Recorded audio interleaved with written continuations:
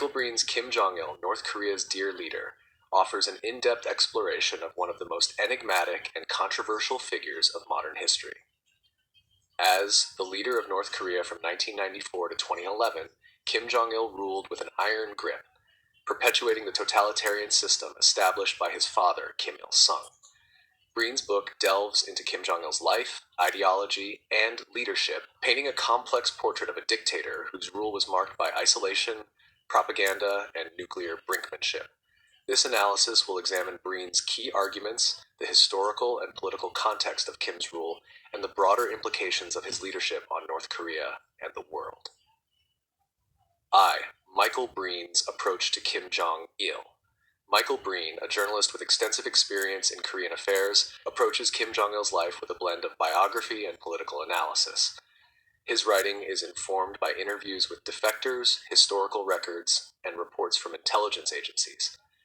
Unlike some accounts that rely purely on speculation, Breen makes an effort to balance different perspectives, acknowledging the difficulty of obtaining verifiable information from the secretive North Korean state. One of the central themes of the book is the way Kim Jong-il crafted his own mythos. Breen details how the North Korean regime meticulously constructed an image of Kim as a near-divine figure, echoing the deification of his father, Kim Il-sung.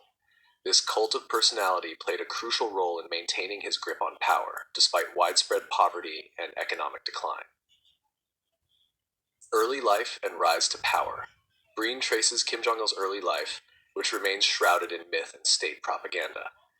Official North Korean history claims he was born on Mount Paektu, the sacred birthplace of the Korean nation, under miraculous signs, including a double rainbow.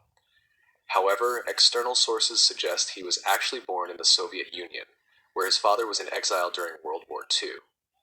Kim grew up in the privileged inner circle of the North Korean elite, receiving an education that emphasized Marxist-Leninist ideology and unwavering loyalty to his father.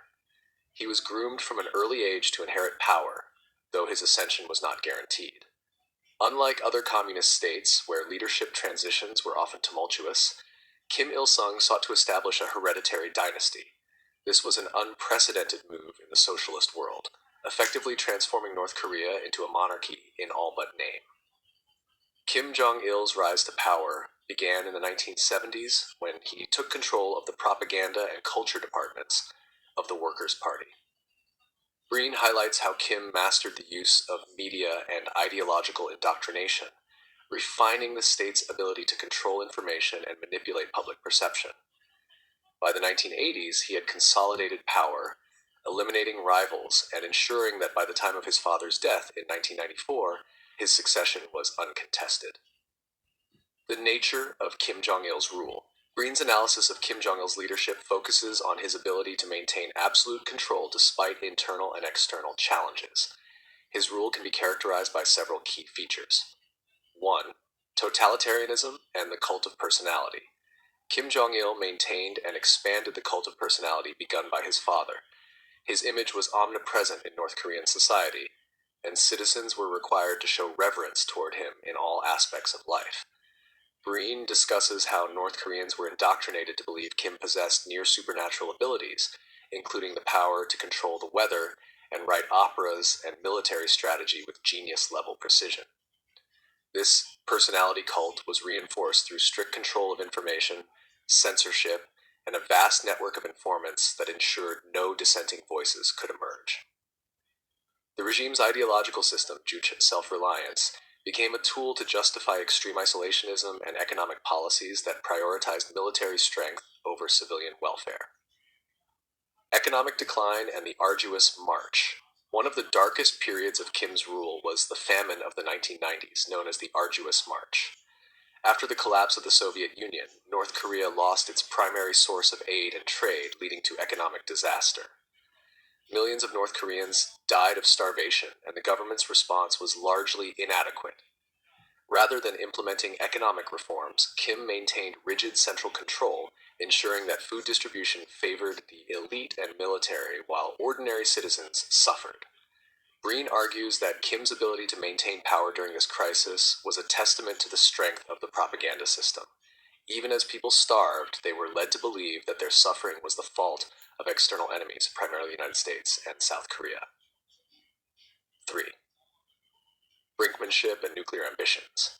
A major aspect of Kim Jong-il's foreign policy was his use of brinkmanship, pushing tensions to the edge of conflict to extract concessions from other nations. Breen details how Kim played a dangerous game with the West, using North Korea's nuclear program as leverage. By developing nuclear weapons, he ensured that the regime could not be easily overthrown, as any military action against North Korea risked catastrophic retaliation. Breen discusses how the six-party talks aimed at denuclearizing the Korean peninsula ultimately failed due to Kim's unwillingness to fully dismantle his nuclear program. The author suggests that Kim's strategy was never to give up nuclear weapons, but to use negotiations as a means of gaining aid and maintaining the status quo. Human rights abuses and repression. One of the most disturbing aspects of Kim Jong-il's rule was his regime's systematic human rights abuses. Breen details the existence of political prison camps, Kwanliso, where tens of thousands of North Koreans were subjected to forced labor, torture, and execution. These camps functioned as a means of silencing dissent and instilling fear in the population. The book also highlights the state's control over daily life, from arranged marriages to forced ideological education. The concept of songbun, a caste-like system that determined a citizen's social status based on family history and loyalty to the regime, ensured that any perceived disloyalty could lead to punishment for entire families. Breen argues that despite these atrocities, the outside world struggled to effectively address North Korea's human rights crisis due to the regime's isolation and nuclear deterrence. The legacy of Kim Jong-il. Kim Jong-il's death in 2011 marked the end of an era, but his legacy continues under his son, Kim Jong-un. Breen examines how Kim Jong-il's policies shaped modern North Korea, particularly the continuation of nuclear development, state repression, and economic hardship. The hereditary succession of Kim Jong-un, much like Kim Jong-il's own rise, demonstrated the regime's ability to maintain control through a blend of fear, propaganda, and strategic manipulation of global politics. While some speculated that Kim Jong-il's death might lead to reform or collapse, Breen suggests that the structures put in place during his rule ensured that North Korea remained one of the most isolated and authoritarian states in the world. Michael Breen's Kim Jong-il, North Korea's dear leader, is a compelling and well-researched account of one of the 20th century's most secretive rulers. Through a combination of historical analysis, political insight, and first-hand accounts, Breen presents a nuanced portrait of Kim Jong-il, highlighting his strategic cunning, brutality, and ability to maintain power in a state built on fear and deception. The book serves as an essential resource for anyone seeking to understand not only Kim Jong-il's rule, but also the broader history of North Korea and its place in the world today. By exploring the mechanisms of totalitarian control, the consequences of economic mismanagement, and the dangers of nuclear brinkmanship, Breen provides valuable lessons on the resilience of dictatorship and the challenges of engaging with rogue regimes.